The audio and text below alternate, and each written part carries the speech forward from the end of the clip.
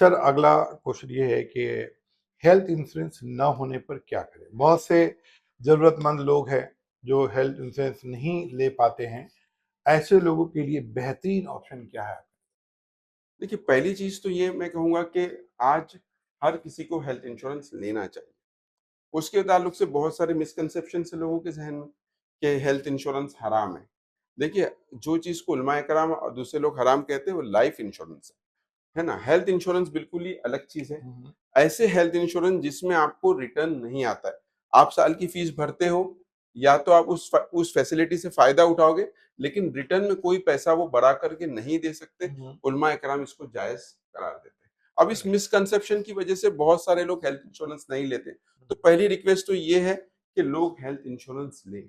उसका रीज़न ये है कि आज का जो जैसे मैंने आपको बताया कि कॉस्ट ऑफ द ट्रीटमेंट जिस तरीके से एक्सपोनेंशियली बढ़ रहा है, हुँ, हुँ, उस कॉस्ट को कोई भी मिडिल क्लास फैमिली अफोर्ड नहीं कर सकती।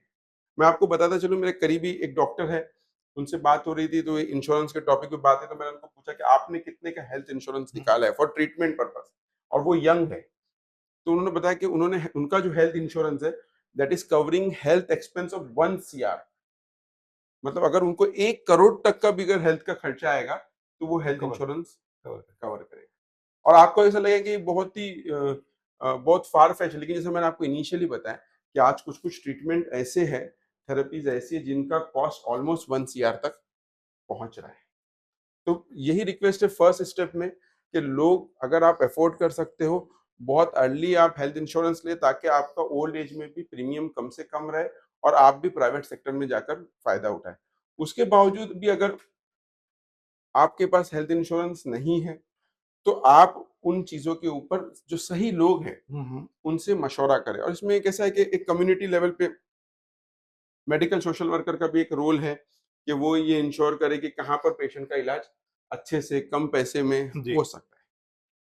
सर हेल्थ इंश्योरेंस से रिगार्डिंग एक क्वेश्चन ये है कि कौन-सी कंपनी का हेल्थ इंश्योरेंस लें और क्या देख कर लें ताकि हमको सही इंश्योरेंस मिले और जब हमको ज़रूरत हो तो वो उसको कवर करे? कंपनियाँ तो बहुत हैं और हमने ले लिया, लेकिन जब हमको ज़रूरत है तो वो बोलते हैं नहीं यहाँ कवर नहीं होगा, ये कवर नहीं होगा, तो वो केस में कैसे लोग सही इंश्योरेंस चूज़ करें? हेल्थ इंश्योरेंस के अंदर जो मोटी-मोटी चीज़ें देखनी होती है, वो ये होता है कि आईपीडी के अंदर वो आपको कितना कवरेज दे रहे हैं। हुँ, हुँ, उनसे पूछे कि भई जो आपका एजेंट है उससे पूछे कि आईपीडी में हमको कितना कवर मिलेगा, 80% मिलेगा, 50% मिलेगा, हुँ, हुँ, कितना मिलेगा? नंबर 1 क्वेश्चन है। हुँ, हुँ, नंबर दूसरा क्वेश्चन ये है कि आपको साल भर में कितना कवर दे रहे हैं। आज के हुँ, ज़माने में कम से कम इंश्योरेंस 10 लाख का होना चाहिए, ओके। तो ही वो बेनिफिशियल है। हुँ, 5 लाख के इंश्योरेंस के साथ जो इमरजेंसी आ रही है वो आप उसको कवर नहीं कर पाओगे, हुँ, क्योंकि हुँ, आप इंश्योरेंस इसलिए निकाल रहे हैं कि खुदा ना खास्ता किसी बड़ी बीमारी के नतीजे में आप कर्जदार हो हुँ, ना हुँ, हो जाए। हुँ, तो उसकी वो अमाउंट जो आज बड़ी बीमारियां अगर हम देखें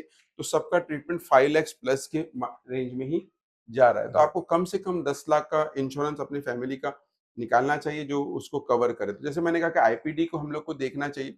दूसरा ये देखना चाहिए कि कितने साल के बाद वो कवर शुरू होने वाला हुँ, हुँ, है ना? कुछ इंश्योरेंस है कि भई आपकी सर्जरीज़ 2 साल, 3 साल के बाद कवर हो जाएगी, या कुछ है जिनमें 1 साल के बाद कवर, तो हुँ, आपको 1 साल बाद वाला जो है चूज़ करना चाहिए। फिर उसी के साथ-साथ कुछ कंपनीज़ ऐसी हैं जिनका मार्केट में नाम अच्छा नहीं हुँ, है ना? हुँ, मैं नाम यहाँ पर नहीं ले सकता, तो जी, आपको बिल्कुल। मालूम करना चाहिए कि भई इन कंपनीज़ को हमको हुँ, अवॉइड करना चाहिए, क्योंकि वो वहाँ पर पे नहीं करते, आपको लास्ट में उस उनके इंश्योरेंस लेने के नतीजे में जो है तकलीफ हो सकती है।